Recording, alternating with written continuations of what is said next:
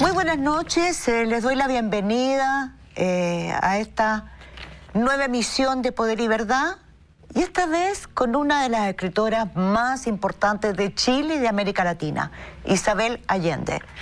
Isabel Allende, que tiene más de 77 millones de libros vendidos en el mundo, y 25 libros traducidos a 40 idiomas, pero eso no es lo importante.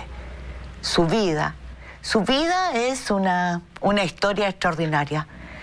A eso los invito, a que vamos a recorrer con ella los hitos más importantes de una vida que está íntimamente ligada a Chile. Isabel, es impresionante tu optimismo, tu fuerza, porque es una opinión muy personal.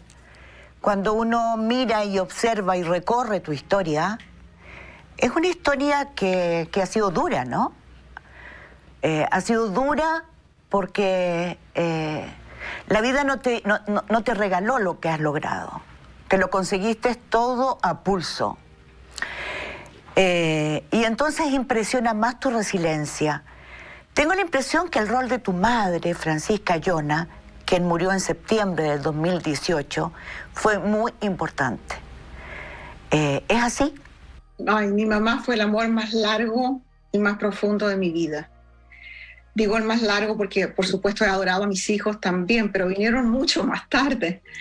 El amor de mi mamá empezó antes que yo naciera. Y una especie de complicidad que me dio, yo diría, una plataforma de despegue para hacer lo que yo quisiera en la vida, porque sabía que podía volver a aterrizar en los brazos de mi mamá. Mi mamá era muy distinta a mí y era una mujer que, en mi opinión, era bastante vulnerable en muchos aspectos. Yo no quería ser como ella, yo quería ser fuerte como mi abuelo y proteger a mi mamá.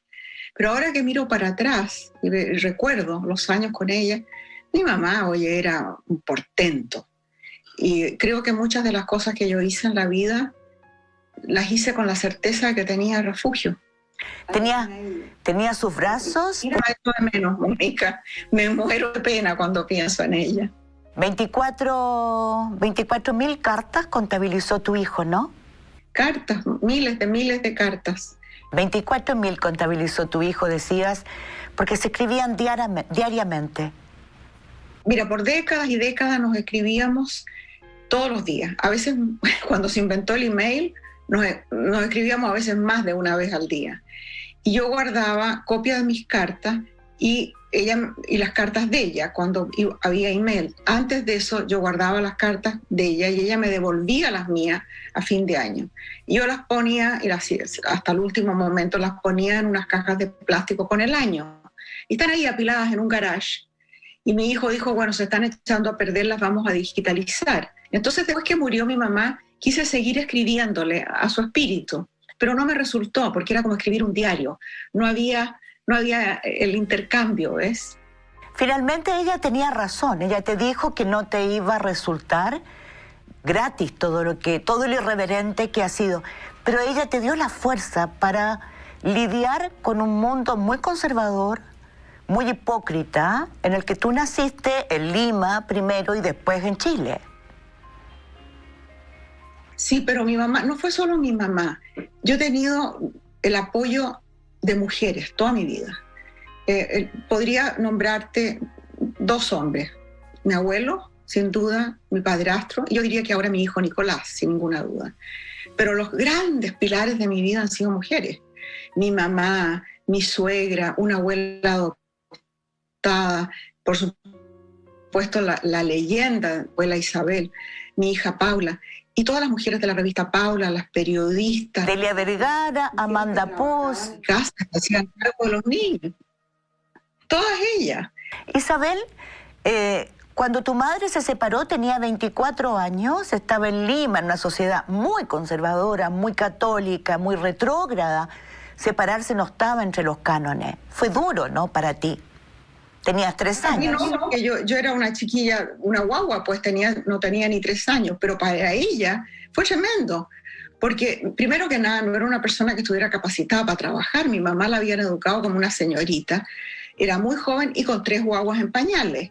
Entonces, lo único que pudo hacer cuando mi padre la abandonó fue regresar a la casa de su padre, a vivir bajo el techo paterno, pero sin un peso, sin ninguna libertad para nada, observada por la sociedad porque mi mamá era separada y era preciosa. Era muy linda. Entonces era un peligro mi mamá suelta. Entonces, observada, como te digo, con chisme, con maldad. Y mi mamá tuvo que vivir todo eso. Después se enamoró del tío Ramón, que era casado, con 4 hijos. Se separó él de la señora también. Pero la señora no le dio nunca el divorcio. Nunca le dio el divorcio, se murió de 90 y tantos años y no se pudieron casar hasta entonces. Imagínate, ya eran tan ancianos cuando se casaron que el juez, la jueza que los iba a casar, creyó que estaban seniles. No creyó que pudiera ser cierto que esta pareja se fuera a casar. Y se casaron con Berta como testigo y con Nelín, que era el chofer, que era el otro testigo. Y los casaron en la casa. Y como te digo, la jueza no creía que qué historia de amor, ¿no? Con Ramón Huidobro, que fue el embajador, el último embajador que tuvo El Salvador Allende en Buenos Aires. Un diplomático de lujo, uno de los asesores más importantes que tuvo Gabriel Valdés, al sapo que tú le dijiste cuando llegó a arrebatarte el amor de tu madre, decías tú. Porque él se enamoró de tu madre perdidamente. Yo lo odiaba porque mi mamá lo quería. Y me demoré 10 años en aceptarlo. Y cuando lo acepté finalmente fue cuando la Paulita tenía 2 años, 1 año y medio. Y nos fuimos a Ginebra, donde ellos estaban en Ginebra. Y el tío Ramón se enamoró de la Paula. Y la Paula de él. Y cuando los vi juntos comprendí que había todo un pozo de ternura, de humor, de simpatía, de amor en ese hombre que yo me lo había perdido por 10 años. Y el tío Ramón llegó a ser mucho más que mi padre, mi mejor amigo. Bueno, él te adoraba, ¿no? Nos queríamos tanto, él me decía Angélica, porque es mi segundo nombre, y decía que yo tenía que dormir de lado para no aplastar las alas. Era un amor. Pero tú viviste también, y eso tu mamá te lo reprochó, según contaste tú, ¿no? Desde muy chica la injusticia y la hipocresía de esta sociedad, porque tu padre abandonó a tu madre en una situación muy compleja, porque era diplomático en Lima, y participó en una fiesta, ¿no? En una fiesta escandalosa. No se supo lo que pasó, y no se supo si fue por esa fiesta, que fue una especie de escándalo que hubo en Lima, o si fue por deudas, o si fue por otras razones. Nunca mi mamá dio una explicación. Y mira, llegó mi mamá a tener 98 años, y las veces que hablamos de mi padre, mi mamá me decía, mire, mijita, era un hombre muy inteligente, que la quería mucho a usted, ya no pregunte más. Rompió todas las fotos de mi padre y nunca supe nada de él. Y tal vez yo habría podido averiguar, porque hay toda una familia que él formó después, que yo podría haber averiguado, pero un poco por respeto a mi mamá y por miedo, no lo hice nunca.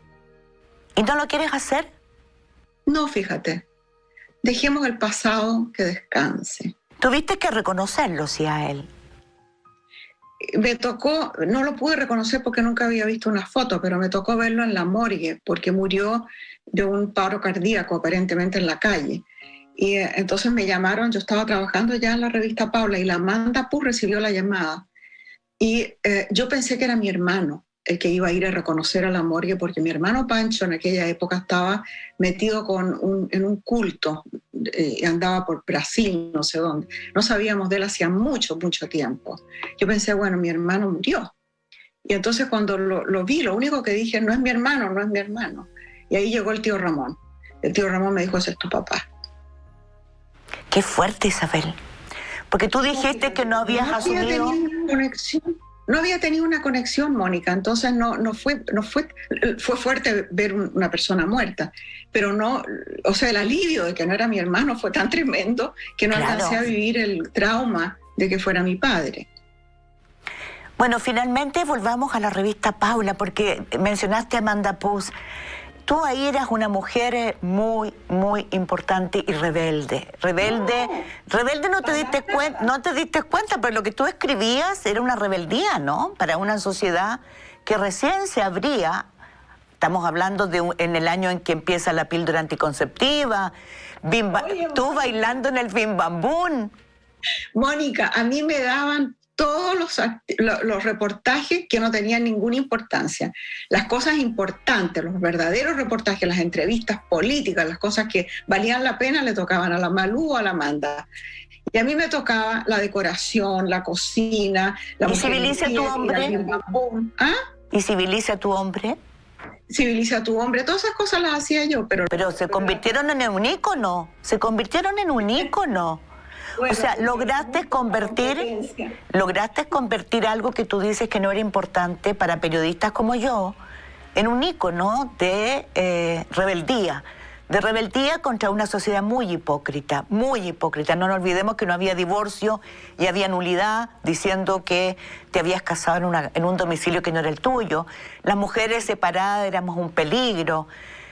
Y bailando en el Bim Bam Boom, que era el antro de hombres, donde iban a mirar mujeres ligeras de ropa, sin ropa, y después, ¿no es cierto?, tratando de meterles plata en sus bikinis, porque todo era como ese Bim Bam Boom que existía en la calle Huérfano. Era como el símbolo de la hipocresía real, ¿no? Y tú fuiste a bailar ahí. Claro, salió en el Mercurio un aviso que decía: ¿quieres ser artista? Iníciese en el Bim Bam Boom, empleada particular, estatura mínima 1,70 m, buen sueldo. Que tú no tenías 1,70 m. No, 1,50 m. Entonces la Delia me dice: Andy, preséntate. Le dije: mira, yo soy la única aquí que no mido 1,70 m. ¿Por qué tengo que ir yo? No, porque tú eres la única que se atreve. Y me mandó a mí a hacer eso. Y no, yo no lo habría podido hacer sola, lo hice con Margara Ureta, que era totalmente lanzada y era actriz. Y además medía 1,70 m y era flaca. Entonces, ella fue la estrella. Después vino el golpe de Estado, Isabel. Tú estabas casada, tenías 2 hijos y viviste situaciones complejas. Yo quiero recordarte una porque me la contó tu padrastro, Ramón Huidobro, que es tu padre, porque yo nunca le habría dicho que era tu padrastro, es tan fea esa palabra. Era mi papá. Era tu papá. Y me la contó tu madre, la Panchita. Ellos son las últimas personas que ven al general Carlos Prat con su señora, de los cuales se habían hecho amigos en Buenos Aires, ese último día de octubre de 1974. Y habían ido a ver Pan y Chocolate, la película italiana, y a comer a una confitería, como se hace en Buenos Aires. Cuando al llegar a la casa explota la bomba que les puso la DINA por orden de Pinochet en su auto y destrozó el cuerpo de ambos. Tus padres te pidieron a ti que le avisaras a Sofía Prat, ¿no es así? Mira, eso fue en la noche y mi mamá y el tío Ramón tendrían que haber estado en el auto con ellos, pero mi mamá estaba con jaqueca. Entonces se bajaron en la casa de ellos y los Prat siguieron a la casa de ellos. Y ahí fue donde antes de bajarse del auto explotó el auto. Y los primeros en enterarse fue la prensa chilena. Llegó allá antes que la policía. Eso te da una idea de cómo estaba organizada la cosa. O sea, la prensa, esos periodistas que llegaron primero estaban avisados que iba a haber el atentado. Posiblemente, yo no tengo explicación. Y había toque de queda, te puedes acordar que no sí, se podía claro. salir de noche. Tuve que avisarle por teléfono a la Sofía. Y muchos años después nos encontramos en Grecia y nos abrazamos y lloramos juntas eso. Pero qué horror, qué misión más macabra, pero efectivamente tanto Ramón Huidobro como Panchita no confiaban en nadie más como en ti para poder cumplir esa misión. Decirle a Sofía: tus padres han sufrido un atentado. ¿A quién iban a llamar? Imagínate. Pero eso te puso... Yo no conocía a la Sofía Prat, la había visto 2 veces. Eso te puso en peligro, porque tu padre, Ramón Huidobro y la Panchita eran seguidos. Así aparece en el archivo de la DINA que yo encontré en Buenos Aires. También. Así es, ¿no? Y entonces cuando vino la muerte de Prats, ellos tuvieron que esconderse y salir de Buenos Aires. Ellos habían dejado la embajada, por supuesto, el 11 de septiembre y estaban viviendo en Buenos Aires. Pero cuando vino el asesinato de Prats, que también ellos estaban amenazados junto con Prats, decidieron que no podían seguir ahí, había que irse. Y entonces yo fui a Buenos Aires como quien dice, a cerrar la casa y a traerme el perro, imagínate. Me acuerdo de eso, pero fue tan fuerte porque yo llegué al aeropuerto en Buenos Aires, Ezeiza, y había un señor esperándome en un auto negro, y un señor que yo no conocía. Y este señor me dijo, ¿usted es Isabel Allende? Sí, le digo, bueno, venga conmigo. Imagínate, sí, ya había empezado la guerra sucia en Argentina. Por supuesto, estaba desapareciendo gente todos los días. Por supuesto, estaban poniendo bombas en los teatros, desapareciendo gente, asesinando. Y este señor era Hasselman, que era el comisionado para refugiados de Naciones Unidas, que él me llevó donde mis padres y él les consiguió los pasaportes y todo para que pudieran salir de Argentina. Y les salvó la vida. Y te fuiste a Venezuela al exilio, a empezar de cero. Bueno, de cero y sin plata además, porque llegué allá con unos pocos dólares que había comprado en el mercado negro y cuando los fui a cambiar al banco eran falsos. Y gracias a Dios el tipo que me recibió los billetes no le dio aviso a la policía.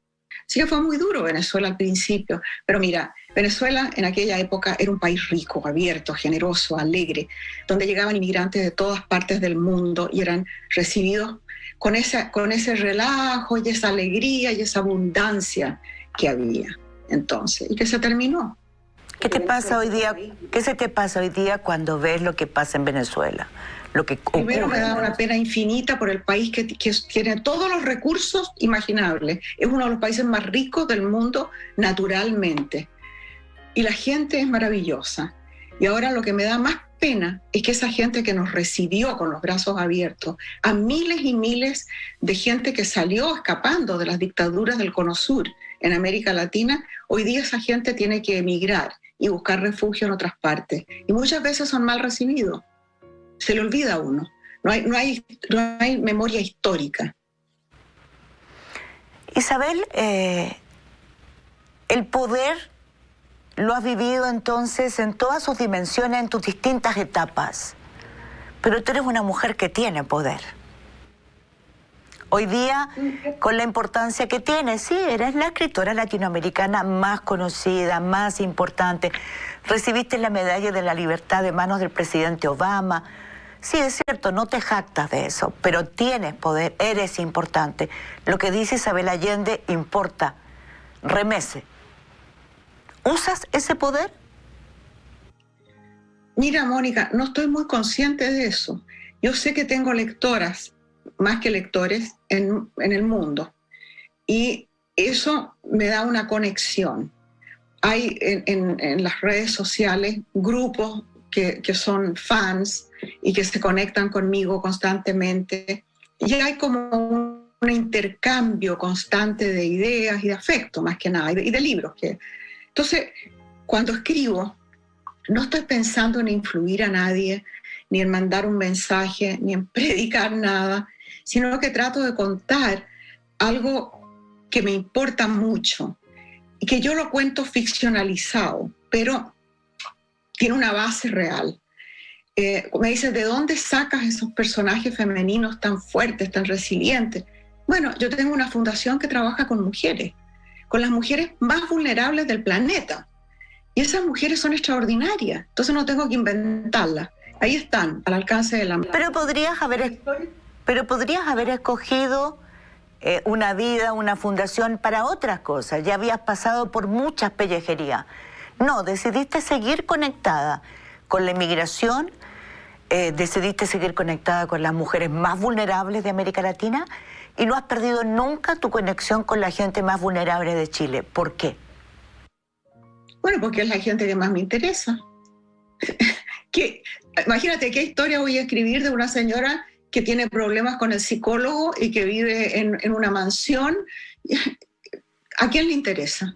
Pero la tipa que ¿Estás muy al tanto de lo que pasó después del estallido social en Chile el 18 de octubre de 2019?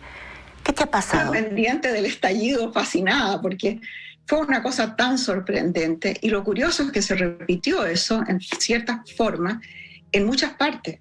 O sea, aquí hubo el movimiento Me Too y después el movimiento Black Lives Matter. Y en muchas partes ha habido así la juventud en la calle, saliendo a la calle.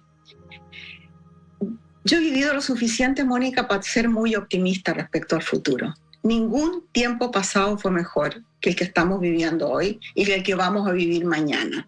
Porque todas las revoluciones empiezan con rabia ciega. Uno no sabe para dónde va. Eso es lo que tenías tú, ¿no? Y oso con una injusticia. Eso es lo que tenías tú en Chile. Tú has dicho que tenías mucha rabia. Y que cuando llegaste a la injusticia siempre me ha dado rabia. El clasismo, que es como el racismo en los Estados Unidos, pero peor, porque no siquiera lo llamamos como lo que es. A todo lo llamamos con eufemismos en Chile. Y no enfrentamos las cosas, no tenemos el discurso propio para decir, bueno, este es el problema, vamos a atacarlo. Lo obviamos. Pero las mujeres lo sufren peor, porque el machismo ha sido muy patriarcal. La cultura patriarcal ha sometido a las mujeres en Chile. Y tú lo viste con tu madre, ¿no? Pero Mónica, en todas partes, no solamente en Chile. ¿Qué es lo que es el feminismo? Es una sublevación contra el patriarcado, no es una lucha contra los hombres. Hoy día los hombres jóvenes, que son nuestros hijos o nuestros nietos o nuestros bisnietos, esos ya fueron formados por nosotros. Eso no hay que luchar contra ellos, ya lo entienden, pero es el sistema el que hay que demoler. Y hay que reemplazarlo por un manejo de la realidad en el cual hombres y mujeres tengan en igual número, igual poder, en que los valores femeninos y masculinos tengan el mismo peso. En ese momento, cuando podamos reemplazar el patriarcado, vamos a poder imaginar y crear una sociedad mucho más justa y más inclusiva y más alegre y sostenible. Estamos arruinando el planeta y la fibra de la humanidad con este sistema. Una de las cosas que me sorprende de ti, que en muy pocas mujeres lo hacen, es que tú reconoces y cuentas hasta tus infidelidades. Habiendo reconocido tu infidelidad con ese músico argentino que había dejado en Buenos Aires huyendo de la represión también, como tú, mujer y 2 hijos, y tú dejaste todo para irte a Madrid con él, pero duraste muy poco porque te diste cuenta que no. Como dijiste, hay una frase, el peso de la noche me llegó encima porque abandonar tu familia era fuerte en ese momento. No, es que no sé cómo pude hacer esa brutalidad. Si hay algo de lo que me arrepiento, pero hasta los huesos, es eso. Pero por haberme enamorado de otra persona, porque de eso uno no se arrepiente, del amor. Pero por haber dejado a los niños. Oye, fíjate que primero me los traje de Chile. Los arranqué de los brazos de los abuelos que los adoraban y que vivían al lado, de sus amigos, de la escuela, de todo aquello que ellos tenían. Me los llevé para Venezuela, donde lo pasaron pésimo al principio. Y en medio de esto los abandono y me voy para Madrid con otro señor. Déjate de cuento. O sea, te arrepientes porque les costó mucho, ¿no? A Paula y a Nicolás entender por qué su mamá se había ido con otro tipo. Imagínate la sensación de abandono y de inseguridad para los niños. Fue brutal. Pero también tú estabas viviendo situaciones muy precarias, Isabel. Sí, pero uno tiene que pensar en los demás también, ¿eh? O sea, ¿todavía te lo recrimina? Mi mamá casi se murió. No pensé en mi mamá, en el tío Ramón, en mi marido, en mis hijos, en nadie. Agarré un bolso de la Coca-Cola, eché 4 pilchas adentro y me fui para Madrid sin un peso. ¿Y te fue a buscar tu marido? ¿Ah? Te fue a buscar tu marido. Sí, no, Miguel se portó fantástico conmigo, siempre. Sí, lo que me impresiona también es tu relación con Miguel. Tu relación con Miguel es muy linda, a pesar de aquello. Yo lo quiero mucho, si es un hombre maravilloso, y Marta, su mujer, también. Mira, cada vez que hago una presentación en Chile, en la primera fila están ellos. ¿Cómo no voy a estar agradecida? Entonces, a mí lo que me impresiona es que, a pesar de aquello, tú lograste forjar una relación con él de respeto mutuo, porque finalmente la transparencia es la que rinde, es la que te hace que esas relaciones se consoliden de buena manera, incluso que tus hijos te entiendan? Mira, los hijos se demoraron mucho en perdonarme, creo yo. Y recientemente yo le pedí disculpas a Nicolás en serio. O sea, le dije, Nicolás, tengo que hablar contigo, y le pedí disculpas en serio. Y me dijo, gracias por decírmelo, mamá, lo necesitaba. Imagínate, 50 años tiene el tipo. Y respecto a Miguel, el hecho de que yo haya vuelto y haya podido reconciliarme con él y con los niños es nada más que por el tremendo corazón de Miguel, por la finura espiritual de Miguel, porque ningún otro te lo aguanta, y yo no se lo habría aguantado a él tampoco. Hoy me emociona cómo hablas de tu ex marido, porque fuiste tú la que se fue. Entonces es muy lindo escucharte. Se terminó el matrimonio por desgaste natural, se terminó. Pero nunca nos tiramos una puerta, ni una mala palabra, nada. Nos separamos sin un abogado. Escribimos en un pedazo de papel qué es lo que teníamos, lo dividimos, los niños firmaron como testigos y eso fue todo. Nunca volvimos a hablar de dinero ni de ninguna cosa. Lo impresionante también es que tú no paraste más, pero finalmente también ahí empieza otra vida tuya y terminas yéndote, ¿no? Separándote, yéndote y armando otra vida. Otra vida que te instala en Estados Unidos, donde llevas 30 años y nunca has dejado de ser un inmigrante. ¿Por qué? Yo creo que la primera generación nunca deja de ser inmigrante. Sí, pero tú no lo ocultas, lo dices. No, pues ¿cómo lo voy a ocultar? Primero que nada no me da vergüenza, sino que es una realidad. Soy extranjera en todas partes, porque cuando voy a Chile, que voy fascinada la primera semana, a la semana siguiente ya me doy cuenta que también soy un poco extranjera allá, porque he vivido demasiado tiempo afuera. Yo he cambiado, el país ha cambiado, el mundo ha cambiado, y yo tengo todavía adentro un Chile imaginado, que es el Chile del cual yo me fui. Y ese Chile no existe hace 4 décadas ya. Mira, en muchas cosas el Chile de hoy es mejor. Hay mucho menos pobreza, hay mucha más gente que tiene educación, que tiene acceso a bienes que no tenían antes. En ese sentido, el país avanzó enormemente y está mucho mejor ahora. Pero hay ciertas cosas que echo de menos. Echo de menos la sencillez, esa cosa hospitalaria, abierta, sencilla, pobretona que teníamos antes, que era el mundo en el cual yo vivía y lo echo de menos. Es tu mundo. Esa sensación que tenía yo cuando trabajaba en la revista Paula, de que yo pertenecía en una parte, pertenecía a una comunidad. Tal vez porque salía en la televisión, tenía un programa de televisión, podía tocar el timbre en cualquier casa y me iban a abrir. Podía acercarme a cualquier persona, hacerle una pregunta impertinente y me iba a contestar. Me acuerdo que en medio de una crisis política espantosa, yo fui donde el presidente Allende a preguntarle qué pensaba de la Navidad. Porque la Delia me mandó. Estábamos preparando el número de Navidad con 2 meses de anticipación. Y Allende se da vuelta y me dice, mijita, no me pregunte huevadas. Imagínate. O sea, ese era el Chile en el cual yo vivía. ¿Cómo no lo voy a amar? Te tocó vivir en Estados Unidos con Trump, con Donald Trump. Ah, no, atroz. Y ahí salió tu lado guerrero nuevamente. O sea, la mujer que se rebela contra el poder político nefasto. Mira, el ambiente en Estados Unidos por 4 años, en la parte del mundo de Estados Unidos en la cual yo pertenezco, porque el país está dividido como por un hachazo. Las 2 partes ni siquiera se hablan. Yo no tengo ni un solo amigo republicano y ni un republicano sería amigo mío.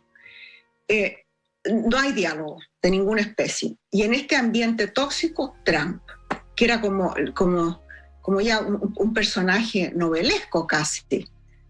No, y todo el trabajo que hacía yo en la fundación estaba directamente enfrentado con las políticas de Trump. Por ejemplo, en la frontera, que trabajamos con grupos para ayudar a los refugiados, estaba lo que se llamó el Tolerance Zero, la tolerancia cero, que era impedir por cualquier medio que cualquier persona pidiera asilo político en este país.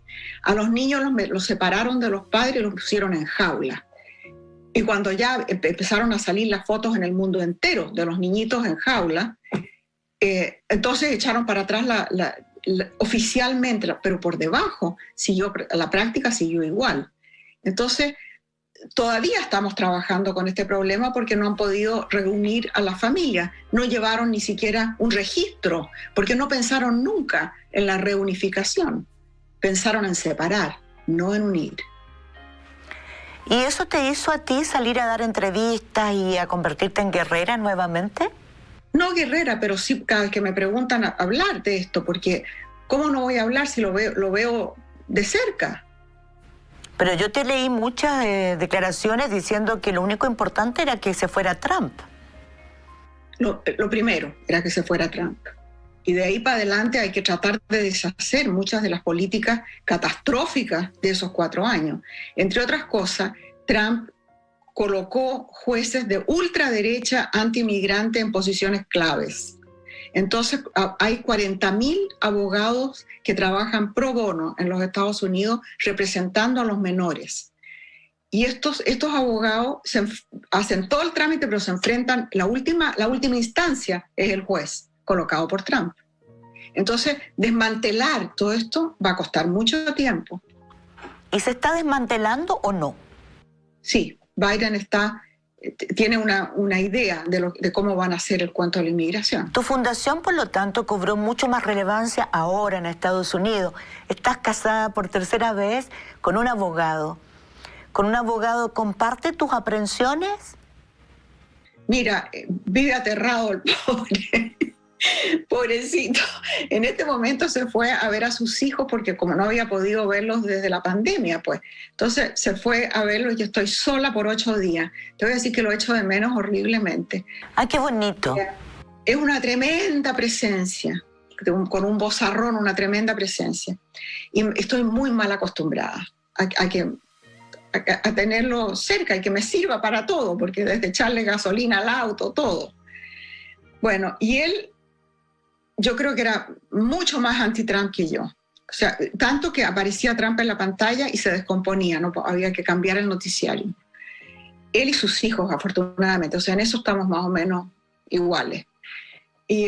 Pero él trabaja en un tipo de ley que no tiene nada que ver con inmigración y no comparte el trabajo que hace la fundación, que no lo hago yo personalmente. Lo único que yo hago es poner los recursos económicos. De ellos se encargan Nicolás y su esposa, ¿no es cierto? Claro, mi hijo Nicolás y Lori Ibarra, su mujer, con la fundación. Pero nosotros no inventamos nada, no hacemos trabajo de campo, sino que ayudamos a quienes lo están haciendo. Esa gente que está ahí haciendo el trabajo sabe exactamente lo que quiere. Entonces lo único que nosotros hacemos es tratar de ayudarlos financieramente. Y por supuesto estamos enterados de todo lo que hacen, porque para poder seleccionar, recibimos millones de peticiones, te puedes imaginar. Entonces para seleccionar aquellos organismos, organizaciones o proyectos o programas que vamos a ayudar, los estudiamos a fondo y le seguimos la pista. Entonces, estamos al tanto. Tú has sido muy enfática en defender dentro de tus posturas feministas el derecho al aborto libre, de que la mujer sea dueña de su cuerpo. Esa es otra de las grandes hipocresías de este continente, ¿no? Que incluso en países como El Salvador las llevan presas a las mujeres que son sorprendidas abortando. Mira, aunque sea un aborto espontáneo, puedes ir presa porque se supone que te lo induciste. ¿Tu fundación también trabaja con esas líneas o no? ¿O esa es una política? La fundación trabaja en 3 campos importantes. Salud. Y la salud incluye derechos reproductivos, fundamental. Porque igual como necesitas un mamograma, necesitas muchas otras cosas como mujer. Trabajamos también con educación, pero la idea es que capacitar a la mujer para que pueda ganarse la vida. Porque si depende económicamente de otro, acaba siendo sometida y vulnerable. Entonces, si no se le puede dar una educación superior, qué sé yo, por lo menos las herramientas para que pueda trabajar. Y lo otro es la protección contra la violencia. Porque si tú vives con miedo y vives explotada y golpeada, bueno, no hay feminismo que valga. Las cosas que me impresionó mucho de la historia de amor de tus padres, de Ramón Huidobro y la Panchita, fue que Ramón me contó que como no pudo obtener el divorcio, en el Ministerio de Relaciones Exteriores cuando lo destinaban como soltero, lo cual significaba mucho más precariedad. Pero todos sabían que eso era una hipocresía absoluta, porque él se iba con Panchita, iban destinados cuando ustedes estaban chicos con ustedes, después ellos dos. ¿Cómo viviste eso, esa hipocresía ambulante? Nunca tuve conciencia de eso hasta muy tarde en la vida, porque el tío Ramón mantenía a 7 hijos, los 4 de él y los 3 de mi mamá, 2 mujeres, y además ayudaba a su madre, con un sueldo de empleado público en el Ministerio de Relaciones. ¿Cómo lo hacía? Después me he enterado. Recibía su sueldo y lo repartía en 4 sobres, 1 por semana, y lo que se gastaba era lo que había en el sobre. Si sobraba un poquito, íbamos a tomar helado. Pero nunca nos hizo sentir, nunca se habló del peso económico, ni de la precariedad, ni de lo difícil que era esto o lo otro. Mi mamá en el Líbano tenía un vestido de baile gris, lo estoy viendo, un vestido de baile de seda gris, al cual le ponía manga, le quitaba manga, le ponía un lazo de diferentes colores, le agregaba cosas por aquí, y siempre el mismo, que se repetía con algunas variedades. Eso, así vivíamos con elegancia, con refinamiento, porque mi mamá tenía todas las bandejas de plata que le habían regalado cuando se casó y cosas que le había dado mi abuelo, pero no había plata. Entonces todo era difícil. Teníamos becas en los colegios. El tío Ramón se las arreglaba con un esfuerzo que nunca nos hizo sentir, con una caballerosidad, oye, un tipo fenomenal. Bueno, él me dijo esa vez que él lamentaba mucho no haberte dado una infancia y una adolescencia con más cosas, pero sobre todo haber hecho pasar a la Panchita, a su gran amor, precariedades. Mira, mi mamá era una compradora compulsiva, entonces nunca le faltó nada. Por supuesto, no había lujos y había que cuidar las cosas, pero nunca nos sentimos pobres, la verdad. Y mi mamá tuvo lo que quiso. Y después yo empecé a ganar plata. Entonces ya ahí yo pude darle a mi mamá todo lo que quería. Y eso fue para mí una cosa fantástica. Porque coincidió eso con que el tío Ramón, bueno, dejó el ministerio porque vino el golpe militar. Después, años fuera de Chile, volvió a Chile con una pensión, pero vergonzosa. Entonces él tenía un poco de plata ahorrada, no mucha, y por supuesto se fue ese dinero muy rápido. Pero yo afortunadamente tenía recursos. Una de las cosas que impresiona en tu vida también es que con tu segundo marido estuviste 21 años. 28 años. 28 años. Y dijiste que te demoraste 8 años en separarte. ¿Te costó? Cuesta mucho separarse, Mónica, no cuesta nada casarse, cuesta tanto separarse. ¿Por qué te costó tanto? A pesar de que tú dices que cuando cortas dices basta y es para siempre. ¿No das vuelta atrás? Llegar a decir basta cuesta porque tú has invertido 20 y tantos años en una relación. Y hay todo un mundo que uno ha construido con esa persona y quiere salvarlo. Además, yo me separé como a los 72 años. Entonces, a esa edad la gente no se separa porque dice, bueno, ya que he aguantado tanto, bueno, sigamos, pues no. Pero se requiere mucho más valor para quedarse en una relación que no funciona que para separarse. Así que yo me separé cuando ya dije basta, cuando dije ya está, se acabó la cosa. Pero también con Willy nos separamos sin un sí ni un no, sin levantar la voz, de una manera muy elegante. Y seguimos siendo amigos después. Bueno, es la enseñanza de tu madre, ¿no? Así te enseñaron. Mira, la separación de mi mamá y mi padre fue espantosa, dramática, y nunca más supimos. Y la separación del tío Ramón con su mujer fue muy mala. Entonces no es que yo lo aprendiera en la leche, no, sino que me tocaron... Bueno, te voy a decir algo muy importante. Yo era una mujer independiente económicamente, en las 2 veces que me divorcié. La primera vez que yo dejé a Michael, yo no tenía nada, Pero cuando nos separamos finalmente, yo había escrito La Casa de los Espíritus, iba como por el segundo o tercer libro. Entonces yo ya tenía recursos para mantenerme yo y mantener a mis hijos. Y eso me da un peso específico que me permite tomar una decisión sin preguntarle a nadie. Y la segunda vez... O sea, perdón, eso es clave, ¿no? La independencia económica es clave. Fundamental. Y eso es lo que falta en América Latina para que también avancemos un poco más en los derechos de las mujeres. Falta tanto en tantos aspectos. Tiene que haber una acción coordinada de la familia, el gobierno, hasta la iglesia. Todo el mundo tiene que participar en esto de reemplazar el patriarcado. Y la mujer, si no tiene la posibilidad de ganarse la vida, está frita, como estaba frita mi mamá cuando mi padre la dejó. Si mi mamá se hubiera podido ganar la vida y mantener a 3 hijos, ¿tú crees que habría vuelto a vivir en la casa de su papá y ser mantenida por el papá un objeto de caridad de la familia? No. Finalmente, Isabel, sumando y restando, el dolor más fuerte y que no te abandonará nunca será la muerte de Paula, ¿no? Sin ninguna duda. Ni siquiera la muerte de tu mamá se asemeja, porque finalmente... Mi mamá se tenía que morir, tenía 98 años y el tío Ramón tenía 102. O sea, que ellos se iban a morir de todas maneras, lo natural. Y aunque los echo mucho de menos, no es lo mismo que se te muera una hija de 28 años. No. No, y después de haber estado un año en coma. O sea, eso fue... Me tocó justo cuando yo cumplí 50 años, además. Entonces fue como el fin de toda la primera parte de mi vida, de la juventud y de todo eso en lo personal. Y la muerte de Paula me cambió a mí internamente. ¿Cómo te cambió? Nunca ser la misma persona. ¿No? ¿En qué te cambió? Me hizo mucho más reflexiva, mucho más introvertida. Mira, la muerte de Paula, la ausencia de Paula, digamos mejor, es como una penita que uno lleva bajo la piel, que se parece a la ternura.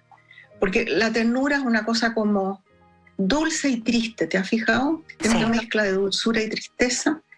Así es lo que siento por Paula, y a veces basta nada para que emerja, que salga. Qué sé yo, una chiquilla que va andando por la calle y la veo de espalda, con blue jeans y una blusa blanca y una cola de caballo, esa es Paula. Y entonces ahí me viene, te fijas, esa cosa que se te cierra el pecho.